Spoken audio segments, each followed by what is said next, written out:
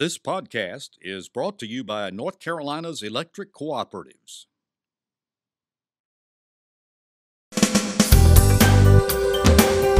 This is NC Spin, an unrehearsed discussion on issues of interest to North Carolinians. Now, here is your moderator, Tom Campbell. Welcome to winter. It's been another event-filled week in North Carolina, and NC Spin wants to keep you informed. We begin by reviewing the results from Tuesday's municipal elections and ask what, if anything, we learned from voters. Next, we look at lawmakers who are busily trying to draw new congressional maps in hopes of having them approved by December 2nd, time for the start of candidate filing. We'll talk about the ongoing and somewhat bizarre developments surrounding the Dan Gerlach saga within our university system. Then we look back at a topic we've been discussing on NC Spin for 21 years and still hasn't been resolved. And of course, we'll ask the panel to tell us something we don't know. This week's panel includes Rufus Edmisten, former Secretary of State and former Attorney General for North Carolina, Chris Fitzsimon, Director of the Newsroom, John Hood, syndicated columnist and author, and Donna Martinez from WPTF Radio and the John Locke Foundation. We'll begin our uninterrupted debate after these brief messages from our underwriters.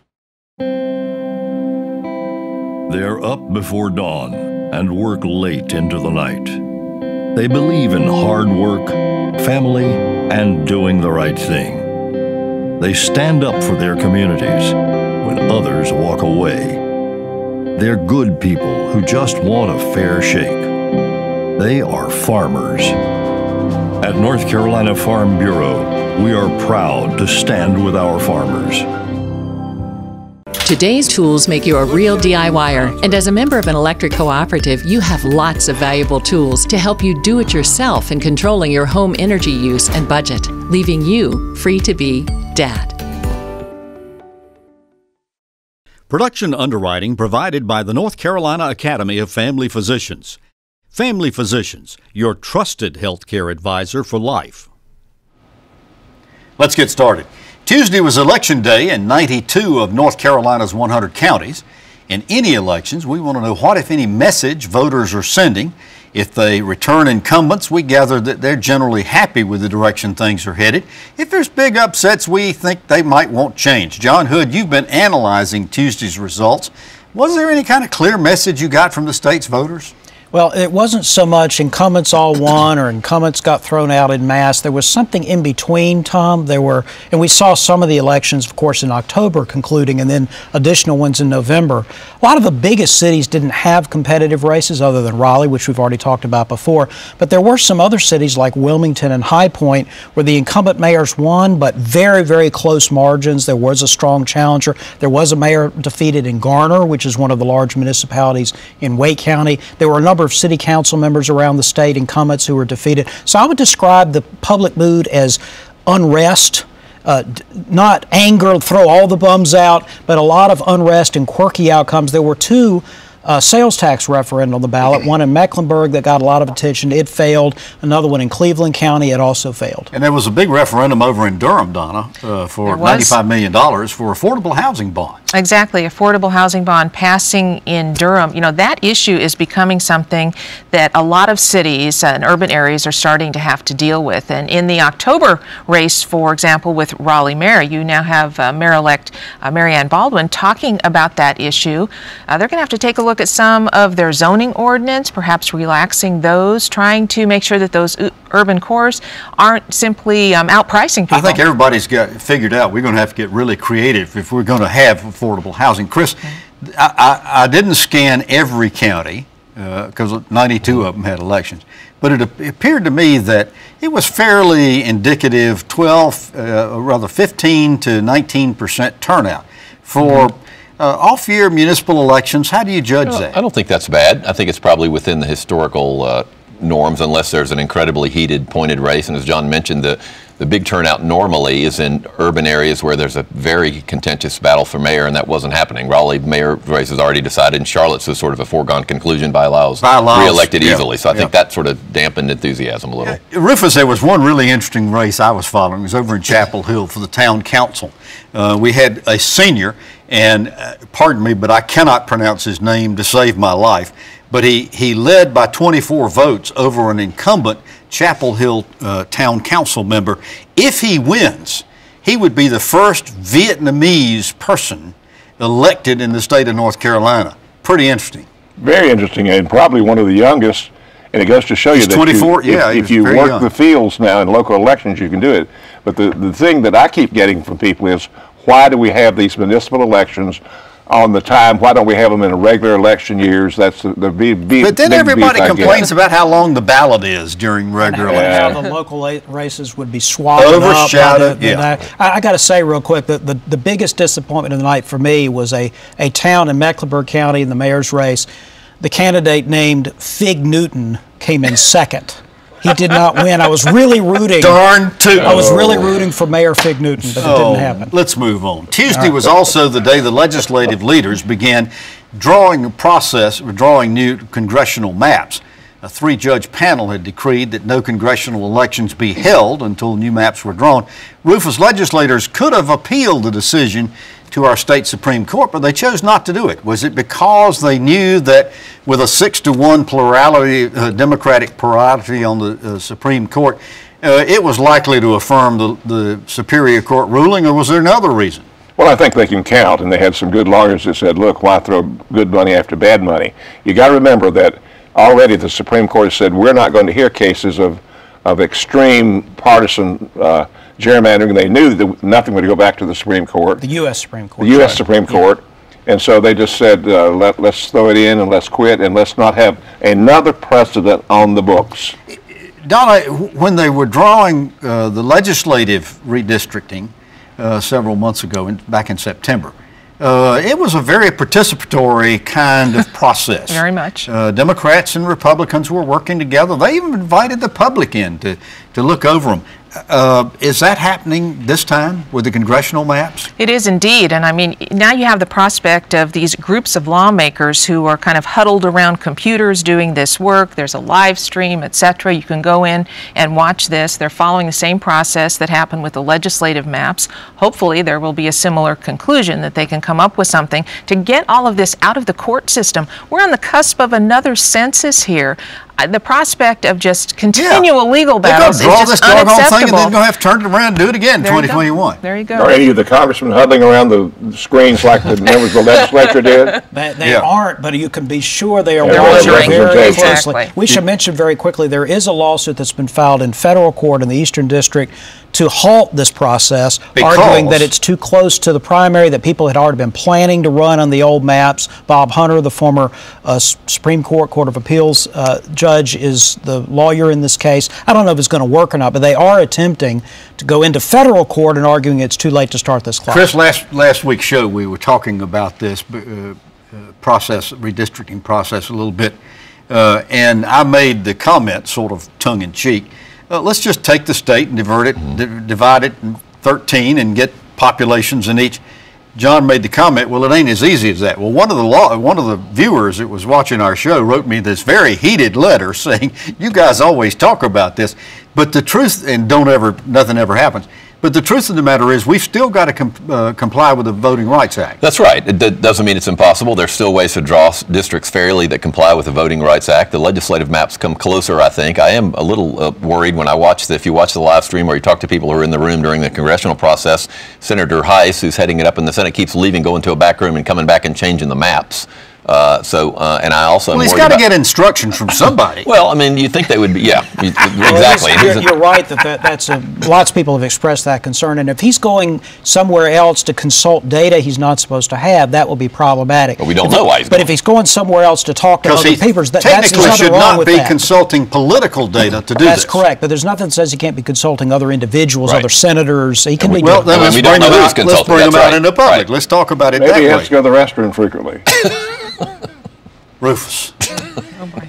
The big thing here, of course, is that they've got to get these submitted. You've got to choose a map. You've got to get everybody to agree. You've got to get them to the judges panel and get it approved. Otherwise, folks, and what happens to the primary? December 2nd is supposed to be the beginning of filing. Exactly. Can they make it? Well, that's the question. Now, Rufus, before 2011, the last time we redistricted, had census, We had a 7-6 plurality of Democrats to Republicans.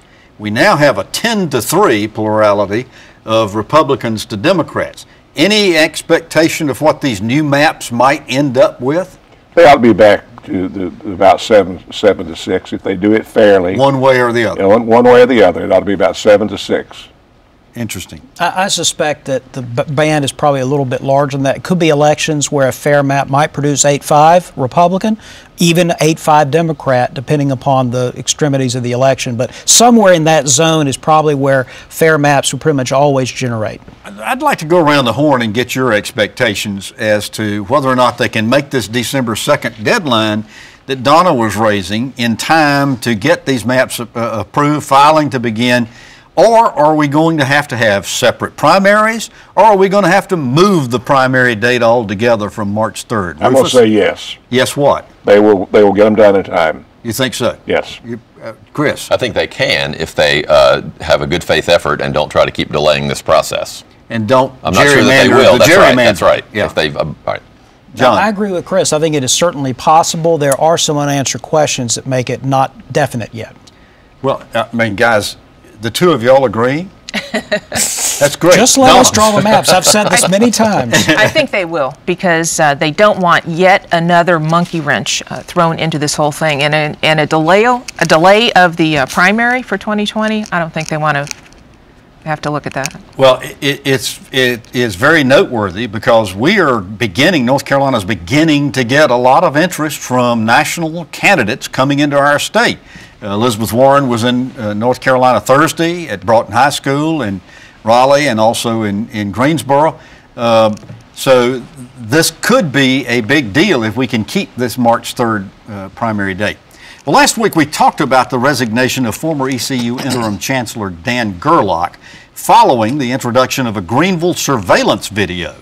And we wondered aloud about who was responsible for its appearance, how it was leaked to the media.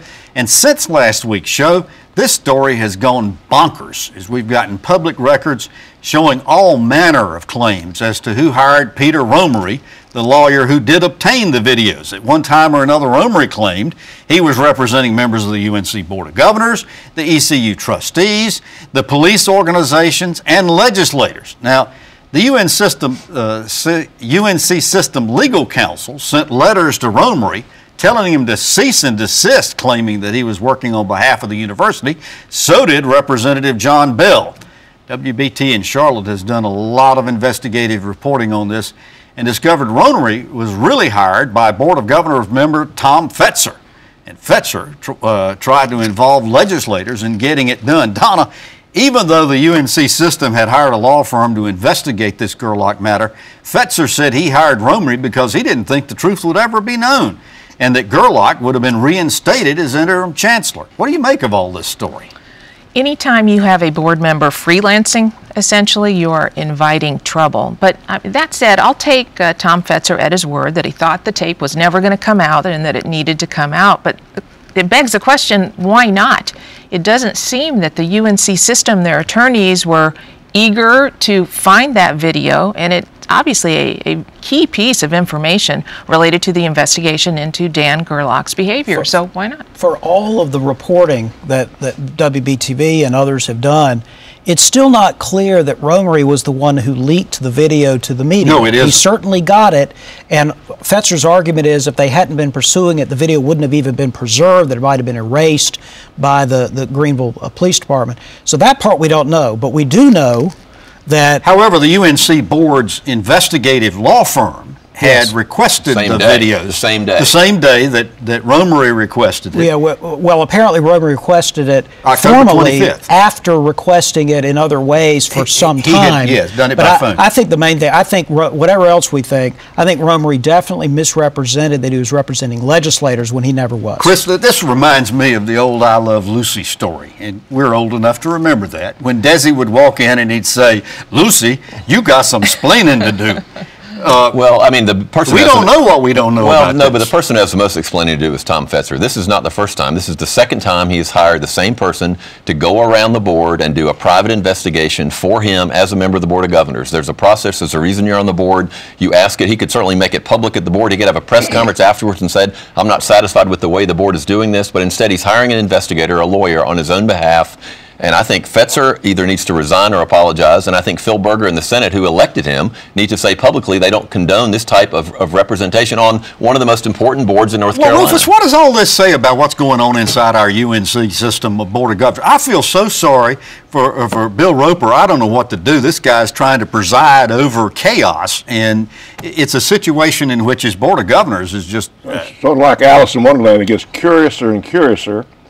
And here's the thing about Mr. Romer. I've never heard of the man. Romery. He's in trouble, Whatever. I think. Yeah, all right. I think he's in trouble with the bar because you cannot go around saying that you represent somebody and they don't have knowledge of it. Well, he even said he had a signed agreement with Harry Smith, and Harry Smith said it. He said about 4 different people that were clients of his, which is false and deceptive practice. And so I think he's in trouble.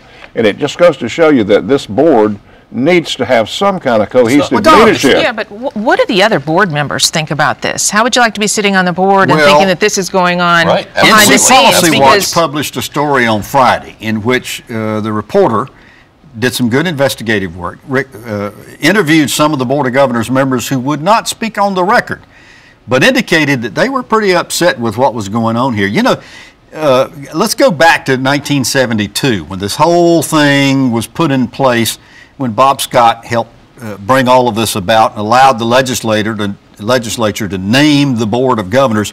But by and large, this system has worked relatively well through the years, and the Board of Governors have done their work without making headlines and without making a lot of waves.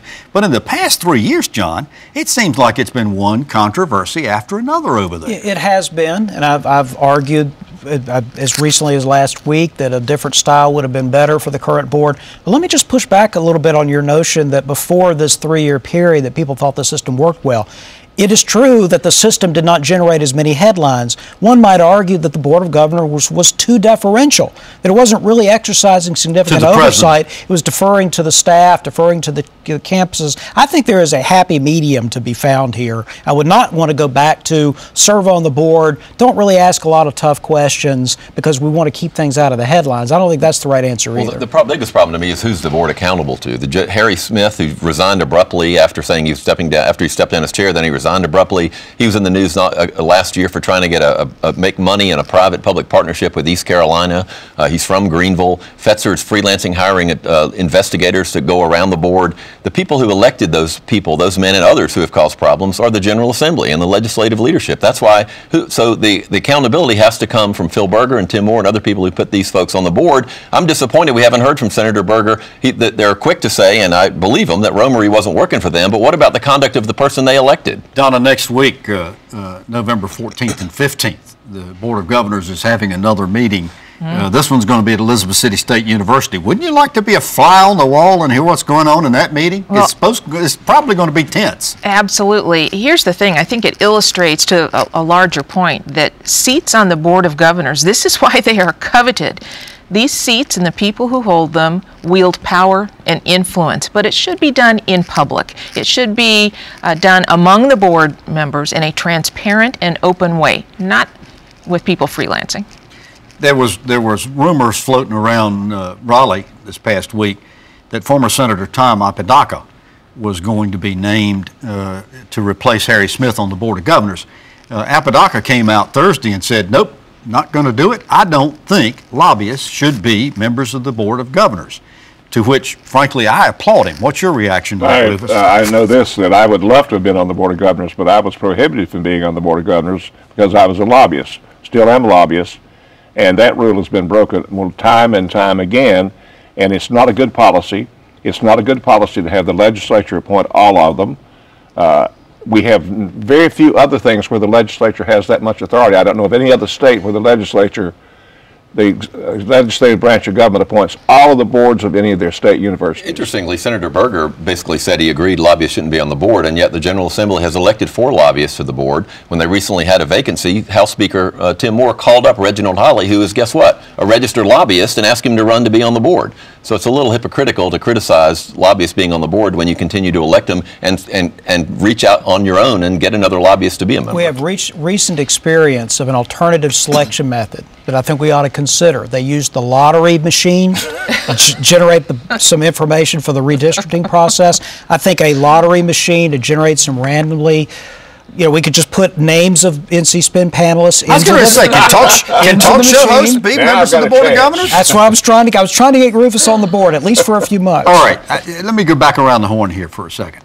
Is there anything else to this story that you don't think we know yet or we should know yet? I mean, why does this thing keep living on? I think it's like Watergate. It keeps giving and giving and giving, and we're nowhere near the bottom of it. Interesting. I Chris? think we will learn more about the context of previous decisions like Margaret Spelling's leaving. You do? Yeah. Cecil Staton, Carol Folt? Possibly, yeah. Interesting. What's your speculation about that? I will wait and see what the records suggest. Oh, that's hedging on me, Hood. I guarantee you there will be many more stories done. It's interesting. 20 years ago, there would have been 2 or 3 major newspaper reporters doing a story every day about this. This is another example of sort of the shrinking press corps. The Carolina Journal, Policy Watch, and others are the ones who are having to step in. There's not as much daily coverage. Frankly, I was a little disappointed that the Raleigh media did not pick up on this story. WBT had done a great job. Well, Carolina I think Journal WRAL ultimately did too. Ultimately, right. but it was several days later. Policy Watch, Carolina Journal, they finally got onto it. Let me change gears. UNC-TV has chosen not to renew NC Spin's contract in 2020. That's not our choice. But before our last show airs the last of December, we thought it would be fun to bring back some of the topics we've discussed that are still relevant today. One topic that's run consistently through the 21 years of our show is our state legislature, specifically how well they're serving the people of North Carolina. Chris, aside from the obvious change of Democrats running things back in '98 when we started and Republicans in charge now, how would you compare our legislative process through the years? Well, I think it ebbs and flows, not just in partisan control. My biggest disappointment, not my biggest disappointment, a big disappointment is what also ebbs and flows is the commitment to transparency and openness. Democrats in the 80s ran a closed process, absurd when back in the old days. That was part of the reason there was an overthrow of the House Speaker. It opened up under Joe Mavretic and Dan Blue, who I worked for. Republicans took over. They did okay. Then they started it just goes back and forth. But the last few years, we've gotten back to government in secret. And that's one of the biggest problems. God, Rufus, we can remember some of those long budget hearings that used to take place in the legislative committee rooms now are done in back rooms. It was always open and friendly and not as bitter. And it's been characterized in recent years since NC Spin started as great clashes between the governor and the legislative body. Did we have anything to do with that? We might have. Let's hope not. Donna, one of the things that has been very obvious here is the lessening of influence from people east of I-95. The legislature used to be pretty well controlled by powers for many years through east of I-95. Not so anymore. Is that because of the urban-rural decline in population or what?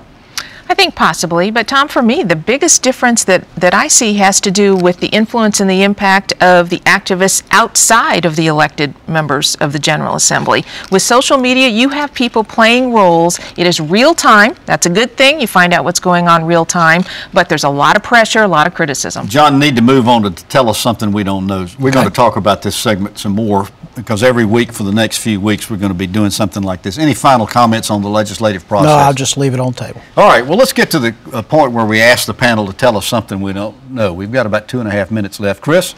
Interesting story in a couple places last week. New Representative Dan Bishop has missed 33% of his votes since taking over in the House. The average votes missed by most members in a lifetime is 3 to 5%. If something's wrong, we should know it. 1/3 of the votes is too many times not to be representing Rufus, people. tell us something we don't know. Long-time Guilford Sheriff for 25 years, B.J. Barnes, elected mayor of Summerville in Guilford County. How about that? Donna, tell us something we don't know. RIP Medical Debt. It's a nonprofit group that is helping through private donations to wipe away the old medical debt of low-income North Carolinians. People helping people, not waiting for government to do something. All right, so explain, they can do that? Through private donations. They buy the medical debt on the collection market. If you donate, say, $1, it can wipe away as much as $100 in old medical debt. My colleague at the John Locke Foundation, Jordan Roberts, has set up a fundraiser in partnership with them. This is incredible. It's such a help. We could do the same thing with student debt, couldn't we? Well, possible. John, tell us something we don't know. Elizabeth Warren had a couple of big rallies in North Carolina this week. Progressives were thrilled, and so were Republicans. They believe that if she's on the ballot, it will help them win a lot of races in 2020. The taste that just seems to be approved by everybody. Is that what you're saying? You got it. How about that? And we're probably going to be seeing some more of that as we go along. Well, you've heard our spin on the issues of the day. To stay informed all during the week, sign up for our free weekly email newsletter, give your feedback, and read my weekly column.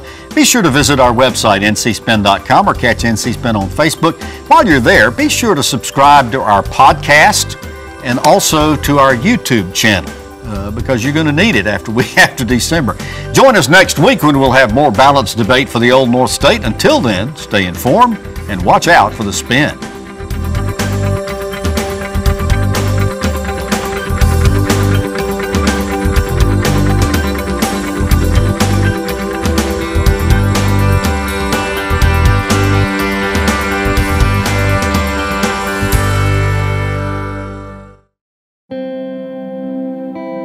They're up before dawn and work late into the night. They believe in hard work, family, and doing the right thing. They stand up for their communities when others walk away. They're good people who just want a fair shake. They are farmers. At North Carolina Farm Bureau, we are proud to stand with our farmers. Today's tools make you a real DIYer, and as a member of an electric cooperative, you have lots of valuable tools to help you do it yourself in controlling your home energy use and budget, leaving you free to be Dad. Production underwriting provided by the North Carolina Academy of Family Physicians. Family Physicians, your trusted healthcare advisor for life. North Carolina Channel is made possible by the financial contributions of viewers like you who support the UNC TV network.